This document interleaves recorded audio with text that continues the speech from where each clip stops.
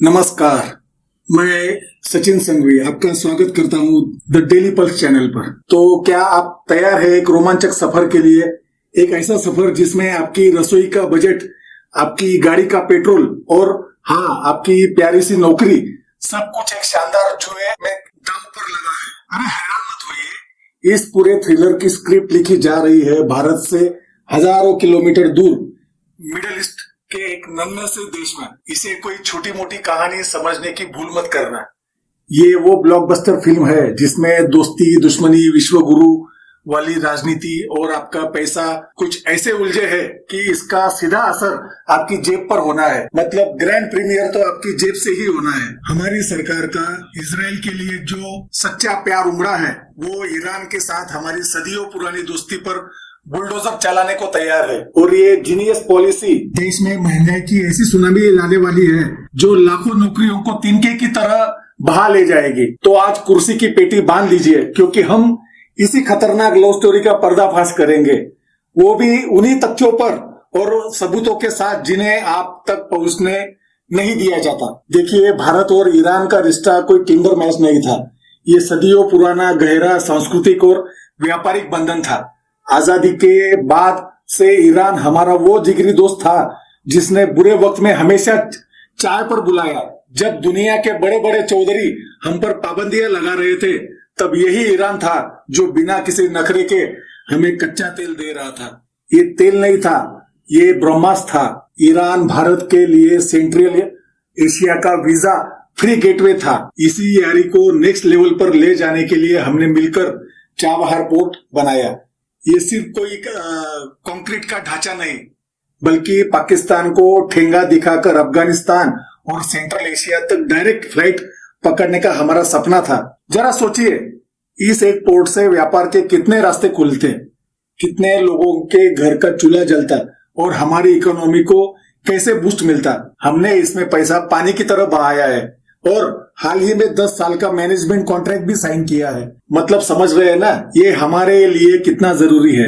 लेकिन फिर हमारी विदेश नीति में आया एक यू टर्न, और इसके डायरेक्टर थे अमेरिका के पूर्व राष्ट्रपति the one and only Donald Trump, जो फिलहाल भी राष्ट्रपति है। उनके मैक्सिमम प्रेशर नाम के रियलिटी शो ने ईरान पर ऐसे प्रतिबंध लगाए कि भारत जैसे देशों को ईरान से ब्रेकअप करने पर मजबूर कर दिया गया। रातों रात हमारी एनर्जी सिक्योरिटी और सारे प्लान धरे के धरे रह गए और हमारी दोस्ती का जीपीएस ईरान से सीधे इजराइल पर जाकर लॉक हो गया है।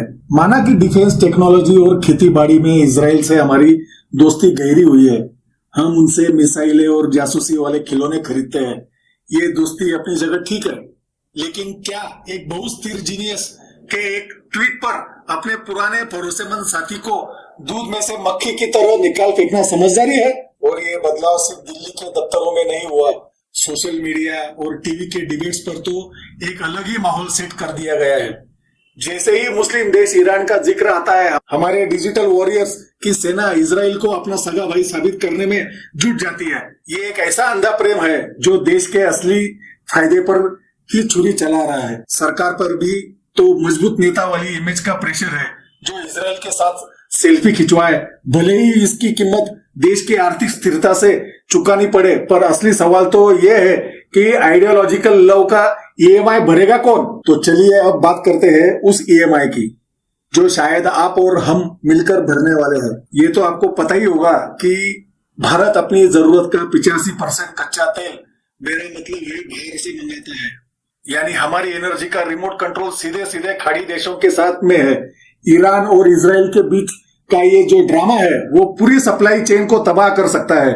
खासकर होर्मुज जलडमरू मध्य को तेल का मेन स्विच है।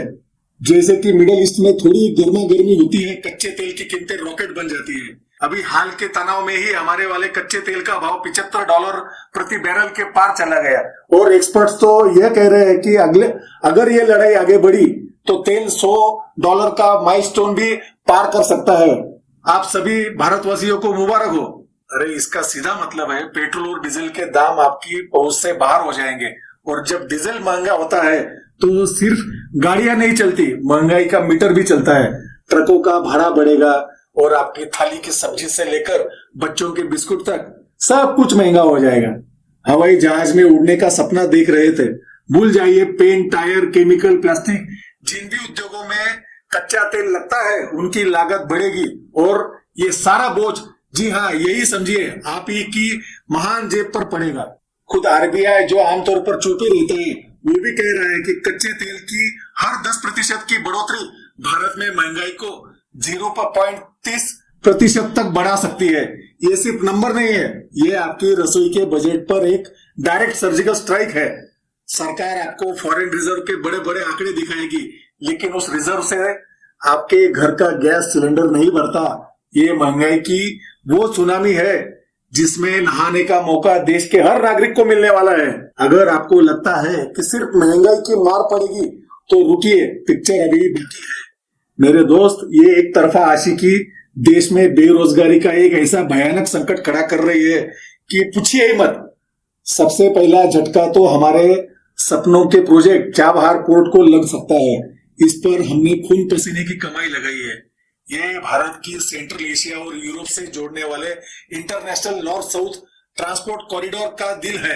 लेकिन ईरान पर बढ़ते अमेरिकी प्रतिबंध और युद्ध का खतरा इस पूरे प्रोजेक्ट को आईसीयू में पहुंचा सकता है। अमेरिका तो पहले ही धमकी दे चुका है कि वो हमें दी गई छूट पर दोबारा विचार करेगा। सोचिए, अगर ये पोर्ट बंद हो गया तो न सिर्फ हमारा अरबों का निवेश डूबेगा, बल्कि व्यापार और रोजगार के वो सारे हसीन सपने भी टूट जाएंगे जो हमने देख रखे हैं।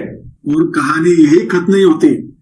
खाड़ी के देशों में हमारे लगभग 90 लाख भाई बहन काम करते हैं। ये लोग हर साल अरबों डॉलर घर भेजते हैं, जिसे बड़े प्यार से रेमिटेंस कहते हैं।